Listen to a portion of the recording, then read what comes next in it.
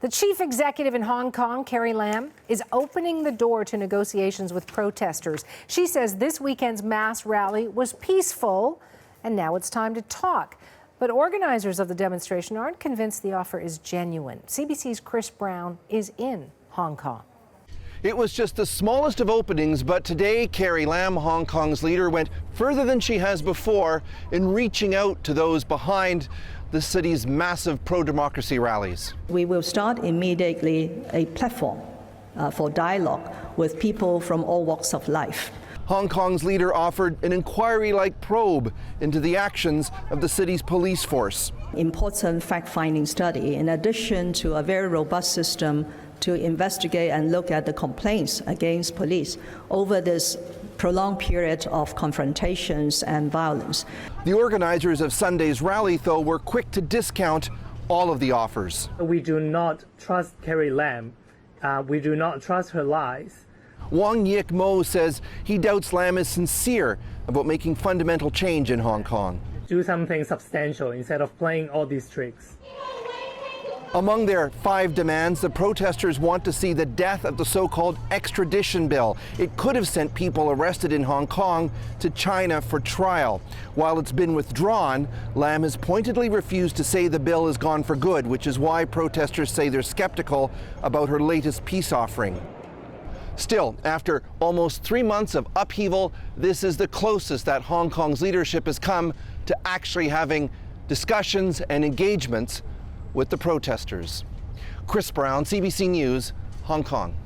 My next guest has been part of the protests since they started 11 weeks ago. Wong Lin-Sum says Carrie Lam's latest offer is unnecessary. Our Chase team has reached her live in Hong Kong.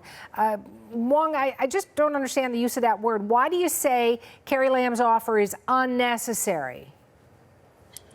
Well, hi. I think it's because Carrie Lam has stressed multiple times before that she's open for discussion. But in her in the past political career that she has led, she has tried to negotiate with protesters while at the same time pushing the agenda. So we think that her peace offering, so-called peace offering, is just an excuse as a diversion to try to settle us down, trying to appease us, but at the same time, she would push her agenda regardless. What if she is offering peace? Are you missing an opportunity? Well, we don't think so. The only way that she can achieve peace is by responding to our 5 major demands, which she has failed to address even one up until now. So we don't really believe her anymore. Mm-hmm. You know, credibility is something that is at the heart of so many demonstrations and movements. When somebody loses faith in a government or a person, whatever it may be. So how do you plan to work around that? How do you achieve what you want with Carrie Lam at the helm? Well, we think, as I said, we think the only way for Hong Kong to reestablish peace again is by the government responding to our 5 major demands. And I think one of the most important one is achieving universal suffrage. Because the thing is, why we lose faith in the police and as well as the government is because we didn't choose our own government leaders as well as the leaders in the councils, in the legislative councils. And we think that by achieving universal suffrage, the power can finally be returned to the people. And that's what we think is the most important thing right now. But so far, amongst the 5 demands, Carrie Lam has failed to acknowledge even one simple one, which is the total withdrawal of the extradition bill. Mm-hmm. So we don't exactly have much faith in that, right? If that extradition bill were to be withdrawn and Carrie Lam did come out with a guarantee of that, would there be, do you think, in the protest movement, a willingness to talk about the other points on that list? Well, we think somehow this situation has escalated beyond the bill. Mm-hmm. Because this thing started with the bill. This whole protest started with the bill.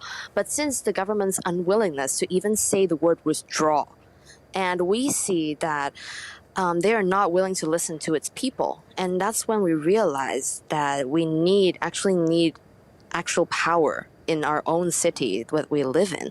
So that's why we call for universal suffrage, as well as police violence, obviously, because the government allowed the police to use excessive force on us.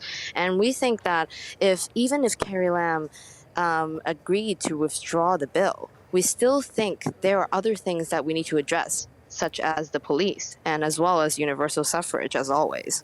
Wong, we just held a special Q&A with our viewers on many social media platforms here at CBC News Network, and one of the questions that really stood out for me in terms of the number of times viewers were interested in it is Beijing going to move in with force? What if Beijing uses those troops in Shenzhen to come into Hong Kong?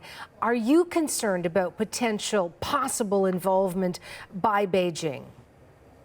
Oh, well, we are well aware of the troops in Shenzhen. They did a whole video of it telling us that we're right across the border and we're willing to move in if possible. But we're not exactly confident that that's going to happen, because Hong Kong has always been a very free city, and it's one of the main financial hubs in Asia, right? Mm-hmm. And we think that how come did we achieve this great free economy, one of the freest economies in the world, is that because we have our autonomy as well as non-interference from Beijing.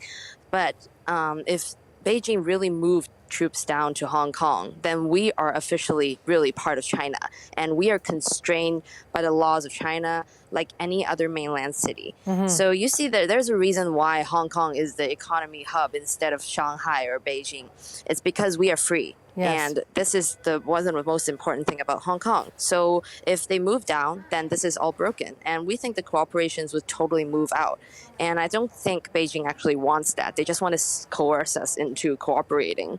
And we are definitely not cooperating. So they're just trying to scare us. I wonder if this will be a main topic at the G7 meeting, because I'm sure you'll be watching to see what world leaders say when they get together. But how would you like the international community to respond? Perhaps in particular Canada, where we are watching very closely, because there are 300,000 Canadians in Hong Kong.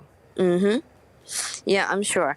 And I think we're working very hard to get international awareness. I think most of the world by now would know that the protests in Hong Kong and why are we doing that. And I think one of the main things that Canadians or any other people can do is to tell their government to stop providing any ammunition to the Hong Kong police force, because as you see, one of the most serious problems amongst this protest is that Hong Kong police are using excessive force, such as tear gas and rubber bullets and all other types of weapons and ammunition on armless protesters. And we think one of the things that you guys can do is to tell the suppliers who are supplying these weapons to the Hong Kong police to stop it. So it's kind of like an economic sanction, but in a minuscule economic sanction. And I think that would help us that would help us a lot, because a lot of people are getting hurt. People are getting blind. People are getting shot at. And I think this will help us a lot. So we hope that you guys can help us do that, since we cannot do this ourselves anymore. I want to thank you for your time, Wong, and you keep yourself safe, okay? Okay, thank you, Suhana. You have a nice day. You too. Wong Lin-Sum, she is a protester in Hong Kong.